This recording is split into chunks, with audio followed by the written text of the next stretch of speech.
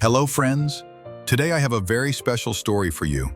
It's not just any story, it's one that will motivate you, teach you something new, and most importantly, help you become better at English. Have you ever heard of Rolls-Royce? Yes, the world-famous luxury car brand. But do you know how it all started? This story is about dreams, hard work, and success. And as you listen, you'll also be learning real English, the way it's used in storytelling and conversation. So, if you want to grow your vocabulary, improve your listening, and enjoy an inspiring story at the same time, you're in the right place. Let's begin this journey together. Chapter 1. Two Worlds Collide. In the dawn of 20th century, the world was on the edge of industrial transformation. It was an era of steam, steel, and speed, and two extraordinary men from very different backgrounds were about to meet. Charles Rolls was a wealthy British aristocrat, educated at Eton and Cambridge, passionate about automobiles, and one of the first car dealers in Britain. He was a man of ambition and vision, known for his love of racing and flying machine. Henry Royce, in contrast, came from a modest background. Born in 1863, he started working at the age of 9 to support his family. Self-taught and hard-working, he had a natural gift for engineering and mechanics. By 1904, Royce had built his own motor car, quiet, smooth, and impeccably crafted. When Rolls took a drive in Royce's car for the first time, he was stunned. It was unlike anything he had ever driven. That meeting in May 1904 marked the birth of a partnership that would shape automotive history. They agreed. Royce would build the cars, and Rolls would sell them. Chapter 2. The Birth of a Brand. In 1906, Rolls-Royce Limited was officially founded. Their early cars were engineering marvels. The most iconic was the Silver Ghost, released in 1907. It was so silent and reliable that it ran for 14,371 miles without a single breakdown, a world record at the time.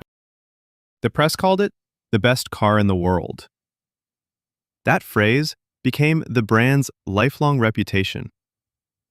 Royce wasn't just building cars. They were crafting masterpieces. Every part was meticulously designed, tested, and refined. The company's philosophy was simple. Take the best that exists and make it better. Chapter 3. Tragedy and Triumph.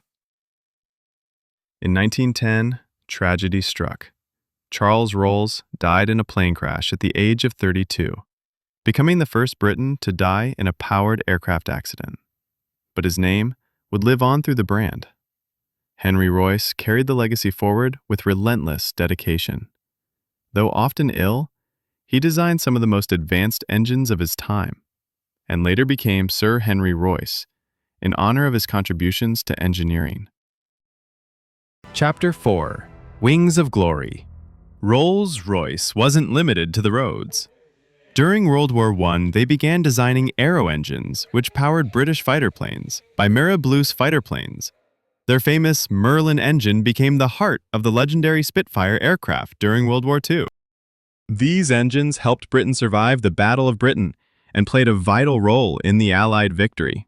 To this day, Rolls-Royce remains a world leader in aircraft engine manufacturing, powering everything from commercial airlines to military jets. Chapter 5. The Spirit of Ecstasy. In 1911, Rolls-Royce introduced a symbol that would become synonymous with luxury, the Spirit of Ecstasy. This elegant sculpture of a woman leaning forward with wings flowing behind her was mounted on the bonnet of every Rolls-Royce. Designed by Charles Sykes, it wasn't just an ornament. It was a symbol of freedom, motion, and perfection. The Spirit of Ecstasy became an icon, recognized across the world as the face of Rolls. Royce. Chapter 6. Luxury Reimagined. Over the decades, Rolls-Royce evolved with time, but never compromised on quality. Every car was hand-built, often taking over 6 months to complete, with custom interiors, hand-stitched leather, and sourced from the rarest trees. Celebrities, presidents, Maharajas, and royal families all sought Rolls-Royce for its prestige. When someone arrived in a Rolls-Royce, it wasn't just a car. It was a statement. Chapter 7. The Modern Era. In the 1970s, the company faced financial challenges and was eventually split into two divisions, one for cars and one for aircraft engines. In 1998, Rolls-Royce Motors was acquired by BMW, who brought new technology while preserving the brand's soul.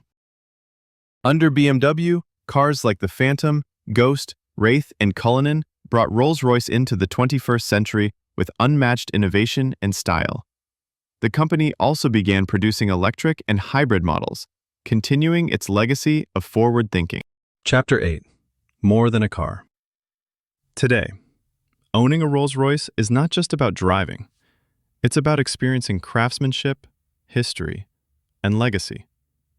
From the handmade interiors to the silent V12 engines, from the starlit ceiling to the custom-built design, every Rolls-Royce is a work of art. It represents more than wealth. It reflects a pursuit of excellence, a tribute to the man who dared to dream big over a century ago. Lesson Rolls. Royce isn't just a car company. It's a story of perseverance, passion, and perfection. From two men in a workshop to a global symbol of luxury, it's a timeless journey. Moral of the story. No dreams is too big, and no backgrounds is too small. Henry Royce started with nothing. No money, no fancy education, but his dedication and passion helped him build one of the most respected brands in the world. Hard work and skill can take you farther than luck or privilege. If you enjoyed this story and learned something new today, don't forget to like, share, and subscribe to my channel. I post inspiring stories that help you learn English naturally and confidently. Hit the bell icon so you never miss any new videos. Let's grow together, one story at a time. Thanks for watching. See you next video.